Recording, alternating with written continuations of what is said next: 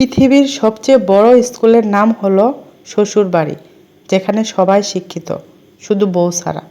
আপনি যদি নারী হন, তাহলে একজন ভালো জীবন সঙ্গীর চাইতেও বেশি দোয়া করেন একজন ভালো শাশুড়ি পাওয়ার। সংসার জীবনে একজন ভালো শাশুড়ি পাওয়া মানে অনেক কিছু। পুত্রবধূকে মেয়ে বানিয়ে ফেলুন, দেখবেন সে আপনাকে মাথায় তুলে রাখবে। আপনার নিজের মেয়ের থেকেও আপনাকে অনেক বেশি যত্নে রাখবে, কারণ মেয়েরা যার কাছে একটু ভালোবাসা পায় তার জন্য নিজের সবটা বিলিয়ে দেয়। আপনি পৃথিবীর যতই নামি দামি রেস্টুরেন্টে খাবার খান না কেন, তৃপ্তি মিটবে না, কিন্তু মায়ের হাতের রান্না খাবেন, পেট ভরে যাবে, সবচেয়ে বেস্ট স্বাদ পাবেন।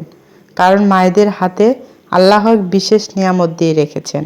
ওই সংসারের মানুষ সবসময় ভালো থাকে, যে সংসারের ছেলের বউয়েরা সবসময় হাসি খুশি থাকে।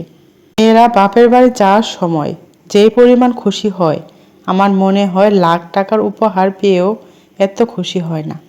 নারী বিসমিল্লা বলে যা রান্না করে তা সুস্বাদু ও বরকতময় হয়। একজন স্ত্রীর মানসিকভাবে সুস্থ থাকার জন্য স্বামীর মুখের মিষ্টি ভাষাই যথেষ্ট।